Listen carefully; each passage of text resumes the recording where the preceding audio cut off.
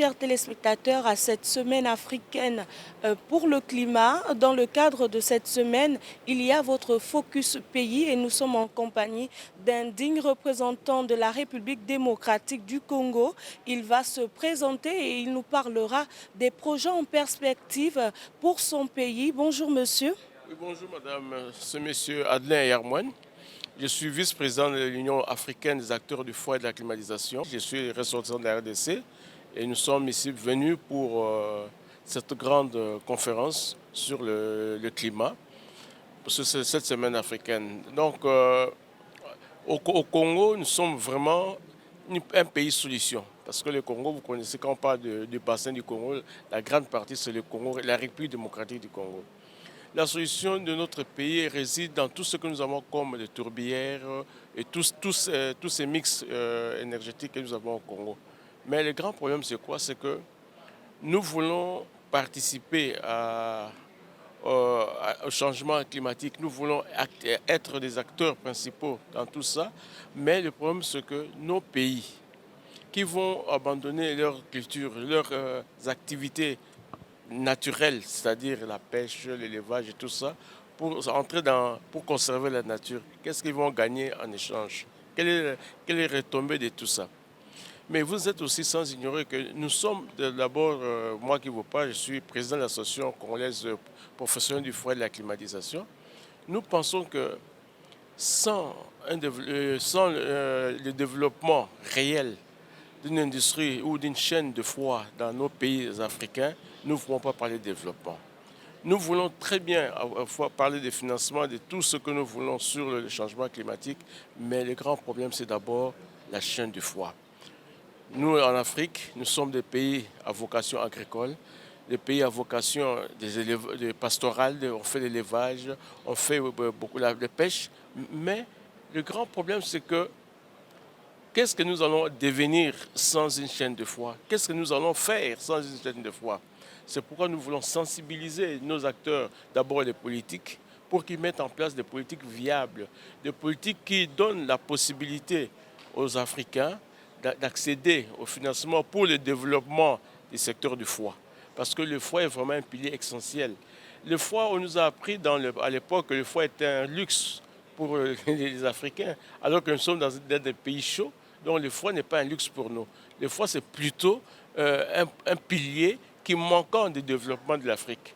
C'est pourquoi nous voulons vraiment, à cette occasion, parler de ce métier, parler de l'importance du foie dans le développement. Parce que sans le foie, il n'y aura pas un développement de l'Afrique. Oui, justement, à propos du froid, mais au-delà du froid, il y a d'autres domaines. Vous l'avez bien dit, la RDC, c'est un pays solution. Il fait partie du bassin du Congo, le deuxième poumon de la planète. Est-ce qu'il n'y a pas d'autres solutions en dehors de l'énergie renouvelable, du solaire, que vous proposez, vous, en tant que société civile? Bon, il y a d'autres solutions, par exemple, dans notre pays. Maintenant, on a laissé il y a, je crois, un mois, là, le ministre de l'Environnement qui a lancé un appel d'offres sur le carré gazier et le carré pétrolier pour que nous puissions exploiter toutes ces matières premières afin de développer notre pays. Parce que sans ressources, en attendant les financements des autres, si nous-mêmes, nous n'avons pas de ressources, nous ne savons pas nous développer. C'est pourquoi nous voulons exploiter cette matière, des ressources naturelles que Dieu a mis à notre disposition pour développer nos localités, communautés locales, afin que nous puissions aussi atteindre un certain degré de développement dans nos pays.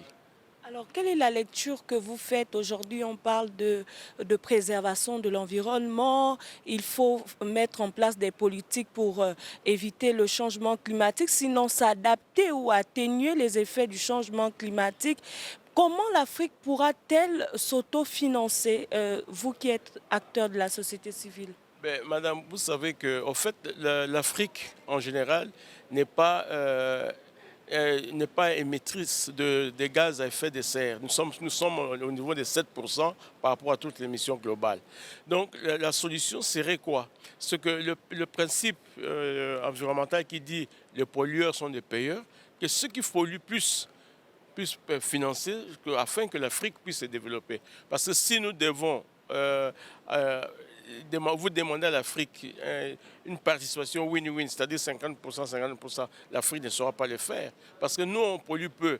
Mais nous avons une position très inconfortable parce que c'est nous qui avons toutes ces matières. C'est nous qui conservons le climat.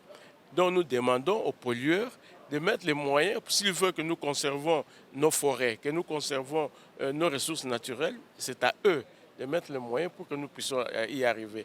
Mais on ne doit pas nous obliger à contempler nos richesses en demeurant pauvres. Imaginez nos mamans qui ont besoin, par exemple, de braise pour faire la nourriture et tout ça. Mais vous allez dire non, vous n'allez plus couper le bois, vous attendez que nous, on garde la forêt. Mais ce sera très difficile, Donc la solution pour moi, je pense que les pollueurs doivent être des payeurs et je crois qu'on s'en sortira mieux. Merci à vous, chers téléspectateurs. Merci à vous, dignes représentants de la République démocratique du Congo. Nous poursuivons ce Focus Pays tout au long de cette semaine africaine pour le climat, ici même à Libreville, la capitale africaine de l'environnement.